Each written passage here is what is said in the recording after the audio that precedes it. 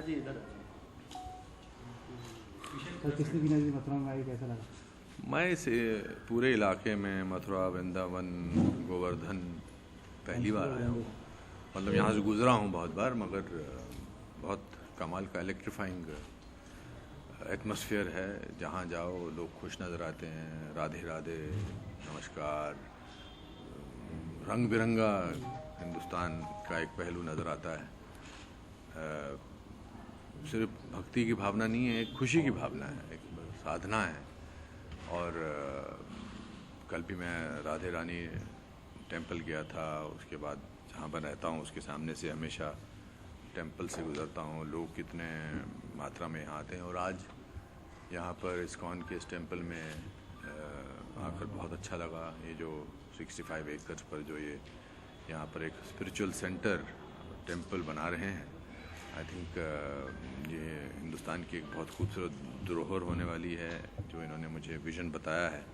मैं पहले भी बेंगलोर में मिल चुका हूँ यहाँ के लोगों से। तो आज मैं आया था तो मेरा दिल किया कि मैं यहाँ आऊँ। तो ये सब चीज़ें देखकर अच्छा ही लगता है। ये सब देखकर एक मन को शांति मिलती है। लोगों को देखकर अच्छा लगता है। लोग जिस तरह से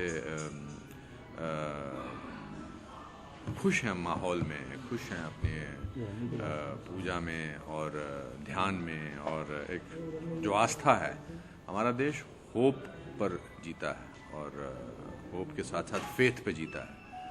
वो फेथ और होप जो हैं वो हमें ज़िंदा रखते हैं, बरकरार रखते हैं। और यहाँ जब भी मैं आता हूँ बतौर साधारण नागरिक के आता हूँ, कभी भी मुझे अपने शिमला के दिन याद आते हैं। शिमला में हमेशा मंदिर में जाते थे, सामूहिक आज खाना खिला रहे थे सबको। एक जो है चीज़ जहाँ पर परेशानी है मेरे लिए, क्योंकि मीट खाना बहुत ज़बरदस्त है यहाँ पर। मतलब कचौड़ी से लेकर और पूड़ी से लेकर और यहाँ के पेड़े सब जो हैं आजकल ज़्यादा खाने को मुझे अच्छा नहीं, मतलब ठीक नहीं है मेरे लिए, मगर खा रहा हूँ मैं दबा के खा रहा हूँ। कैसा लगा ब्रज? बहुत अच्छा है शूटिंग में। यहाँ टॉयलेट एक प्रेम कथा की शूटिंग करने आया हूँ और बहुत अच्छी कहानी है। एक एंटरटेनिंग कहानी के अलावा एक बहुत जो प्रधानमंत्री का जो एक संदेश है स्वच्छ भारत का, जो आज एक इतना बड़ा आंदोलन चल रहा है, उसमें एक बड़े कमर्शियल पैमाने पर जब एक बहुत बड़ा स्टार और कमर्शियल किस्म की फिल्म बनती है तो इसका मनोरंजन के हिसाब से बनती है, तो इसका पैगाम जो है, इसका जो मैसेज है और बढ़िया तरीके से जाता है। आप किस भूमिका में इस फिल्म? मैं जो भूमि है उसका ग्रैंडफादर बना हूँ, जो आधुनिक विचारों का है, जो समझता है कि देश को आगे बढ़ना चाहिए। ये सब है।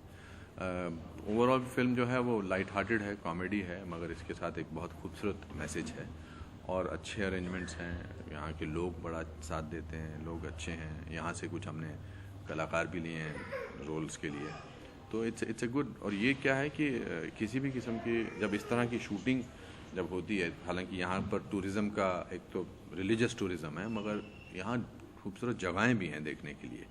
तो जब फिल्म की शूटिंग होती है तो एक जैसे यश चोपड़ा जी जब स्विट्ज़रलैंड में शूटिंग करते थे तो वहाँ का टूरिज़्म इतना बढ़ गया कि उन्होंने एक स्टेशन उनके नाम से कर दिया।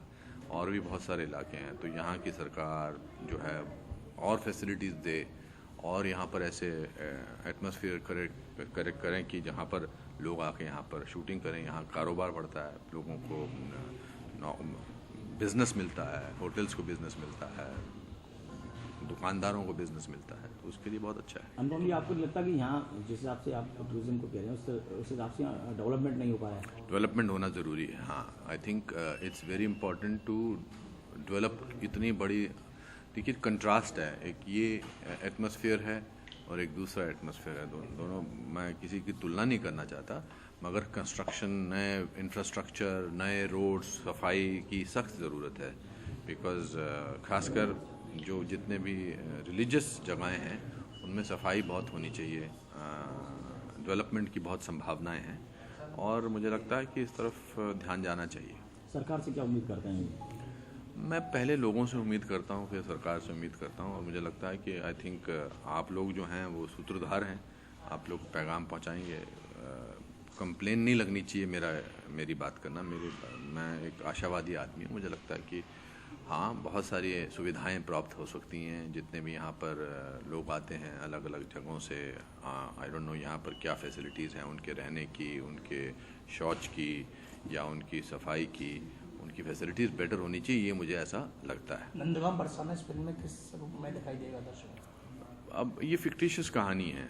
आई थिंक जो बीच में थोड़ा सा यहाँ पर कुछ ऐसा हंगामा कुछ हुआ था छोटा, मैं तो उन दिनों फिल्म के मुंबई नाम में को था। लेकर विरोध हुआ था, साधु संतों ने किया था। हाँ पहले एक प्रेम कथा नाम रखा था, फिर उसके बाद नहीं, डायरेक्टर उन्होंने नाम चेंज कर दिया। जी, ऐसा तो मैंने तो अपने किसी डायलॉग में जगहों का नाम नहीं लिया है। तो जो प्रथा है उसको बरकरार रखना चाहिए। तो नाम क्या But, टॉयलेट ही रहेगा? नहीं, पिक्चर तो हाँ, टॉयलेट एक प्रेम कथा है ना पिक्चर का नाम, तो हम किसकी प्रेम कथा है वो तो नहीं बता रहे हैं ना। बल्कि ये तो नाम बहुत अच्छा है, ये तो नाम एटलीस्ट सीधा पॉइंट पे आता है ना। बीच में डायरेक्टर ने ये नाम चेंज कर दिया था, बताया था। प्रोड्यूसर 10 करके नाम प्रोडक्शन नंबर 10 था। नहीं, नाम इसका मेरे हिसाब से अभी तक टॉयलेट प्रेम कथा ही है, मगर ये प्रेम कथा भगवान श्री कृष्ण और राधा की नहीं है, दो अलग अलग जगह के लोगों की है।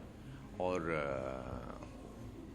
जो छोटे शहरों में, छोटे गांव में जो शौच की प्रॉब्लम होती है महिलाओं को खास कर लेकर, उस पर है।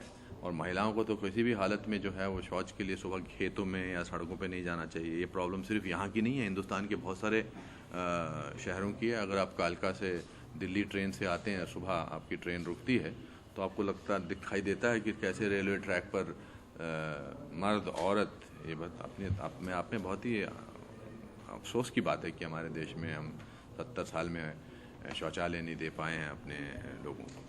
बम जी, इस समय देश में अफरा तफरी का माहौल है नोटबंदी को लेकर, क्या कहेंगे इसको लेकर? सरकार का फैसला कैसा है? जनता को परेशानी हो रही है, उसको लेकर क्या कहेंगे? देखिए, किसी भी ऐतिहासिक चीज़ को करने के लिए कुछ क्षणों के लिए परेशानी होती है। मुझे लगता है कि प्रॉब्लम नोटबंदी की नहीं, प्रॉब्लम ऑल्सो काले धन की है, करप्शन की है। और वो तो हम बहुत सालों से बर्दाश्त करते आ रहे हैं। हम आने वाली पीढ़ी को एक ऐसा राष्ट्र देना चाहिए हमें जिसमें किसी को टेबल के नीचे से पैसा ना देना पड़े।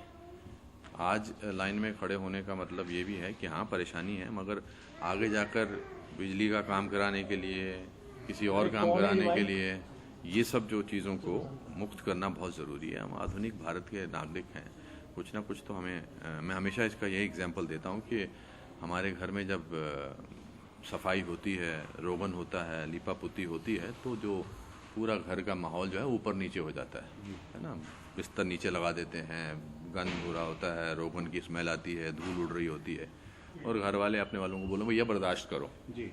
इसके बाद जब रोगन हो जाएगा, जब चमक आ जाएगी दीवारों में, तो सब ठीक रहेगा, तो सबको अच्छा लगता है। तो ये आई थिंक वो दौर है, और आई थिंक ऐतिहासिक कदम है इसकी। हमें काले धन की जहाँ बात हो रही है, रिजर्व बैंक के अनुसार 12 लाख करोड़ रुपए जो था जमा हो चुका है, 2 लाख करोड़ रुपए बचता है अभी। ये देखिए, मैं तो आपकी तरह देश का नागरिक हूँ। मेरे को इकोनॉमिक्स के बारे में इतना ज़्यादा पता नहीं है, बट मैंने आज सुबह एक ट्वीट किया कि नोट नए हों या पुराने हों, चोर तो चोर ही होते हैं।